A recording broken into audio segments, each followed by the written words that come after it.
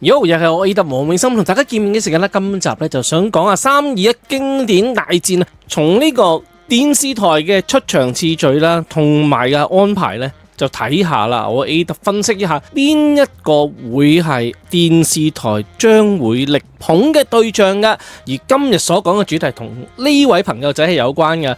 嗱，東港城同阿張雨晨呢，就即將有個新歌發佈會，咁啊將會喺7月5號啦，下晝3點鐘嘅。當日佢就會喺東港城現場獻唱嘅新歌，歌名叫做《深海》，大家係咪好期待呢？另外，如果你擁有啊指定區域嘅入場證呢，就可以近距離啊睇下域唱歌啦。另外一樣嘢呢，就會得到佢親筆簽名嘅明信片。嗱，只要喺6月19號起呢，就喺東港城消費滿指定金額呢，就有機會換領到佢嘅新歌發佈會入場證噶咯。詳情可以呢，大家留意下我下邊 info box 嗰條 link， 就會知道呢個活動嘅參加方法噶啦。各位雨晨嘅 fans 萬勿錯過啦！大家睇到啦，其實啊，我頭先講咗張雨晨係我啊今集裏邊其中講嘅一個嘅，係啦，另外一個呢係古卓文。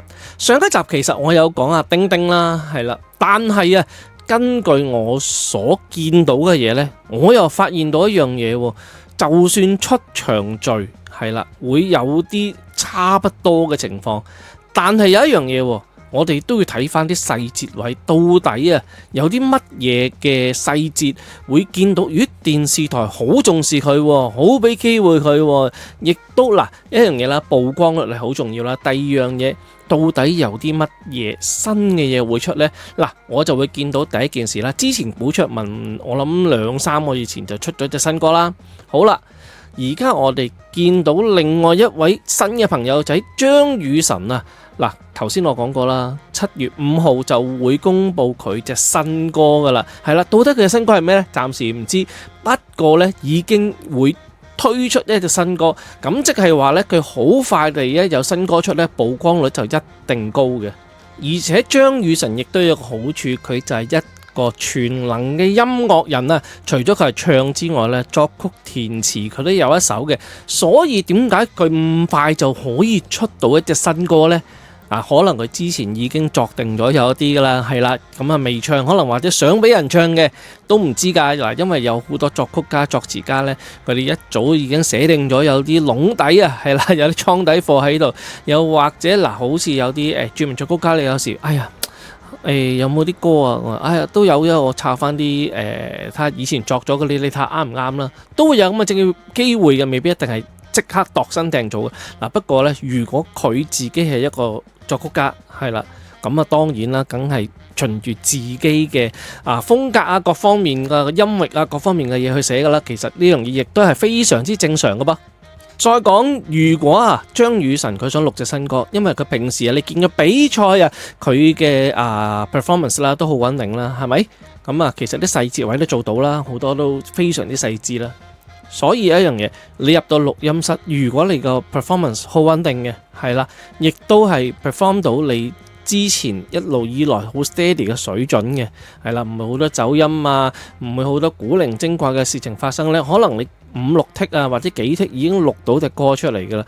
咁所以我相信點解佢喺7月5號我諗1個月時間多啲都唔知有冇嘅，咁已經係出到隻新歌，咁佢嘅速度就可想而知啦。咁你錄可能你攞一日時間啦，係啦，咁然之後做 mixing 啦，係啦，咁然之後就再做 MV 嘅工作啦。咁呢啲我諗1個月其實時間咧非常之問嘅。嗱，希望大家多多支持我呢個頻道。如果大家有睇開我個頻道，就知道我一直都係講真話，不畏強權，不畏打壓嘅。希望大家多多支持，行動嚟表示，撳一下訂閱掣，希望盡快能夠達到1萬以上嘅訂閱者大關噶。而且訂閱係免費嘅，撳個掣就得噶啦，何樂而不為呢？記得幫手啦！最後仲要記得 comment、like and share 呢條片。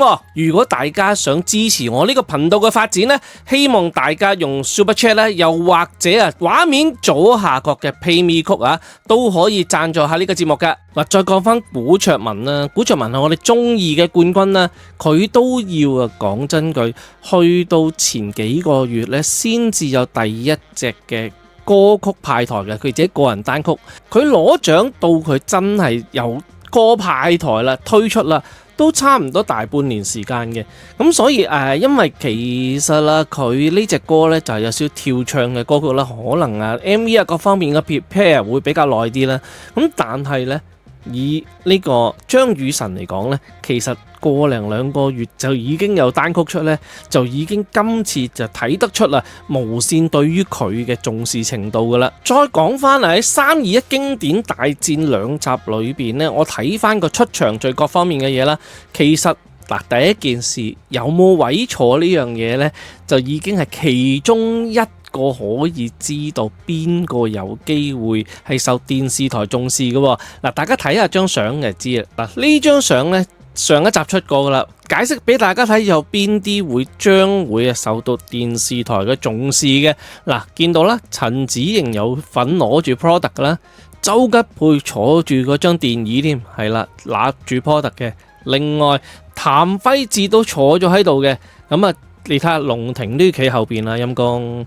占士丁丁都俾阿大強哥遮住咗噶，角度問題啦。咁即係話呢，占士丁丁都係冇位坐噶噃。另外一張相亦都有玄機透露咗啦。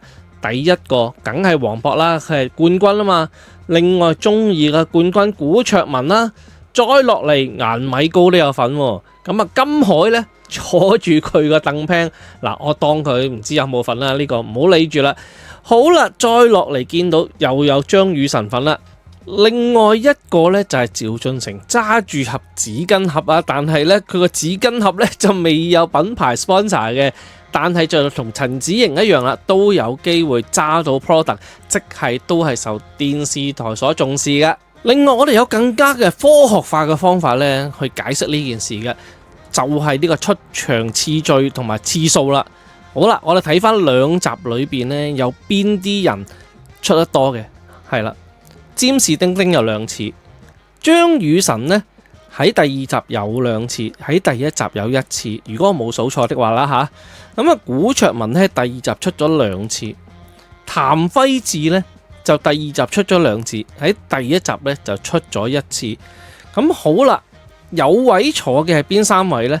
就張雨晨、古卓文同埋譚輝智，而譚輝智更加咧多咗一集咧，就喺第1集出現咗1次嘅。呢啲情況冇得爭凳仔嘅啦，係咪啊？話說大家都有位坐啦，係咪？但係有位坐之餘，譚輝智仲要多咗1次添，喺第1集出多1次，出多你古卓文1次。但係點解我會估算啊？係啦，無線會將阿古卓文放做首位呢？係啦，因為佢係中意嘅冠軍。你攞得冠軍嘅一定係有原因噶嘛，係啦，因為你有價值啊嘛，所以唔係點解叫做 MVP 啫，係咪先？古卓文攞 MVP 應該係多過阿譚輝智喎，當年。如果我冇記錯，你話如果有錯嘅，大家 comment 欄度話俾我知啊。咁好啦，以阿古卓文嘅外形啦，有型高大啦，第2件事佢係一個唱歌噶啦，第3件事佢係一個司儀嚟嘅添。係啦，一個稱職嘅司儀，佢喺澳門已經做開司儀啦，一直都咁，所以佢喺澳門係一個可以列入金牌司儀之列嘅。咁你香港你去到無線而家其實司儀都唔係咁多人才嚟去到嗰幾個嘅啫嘛，係咪？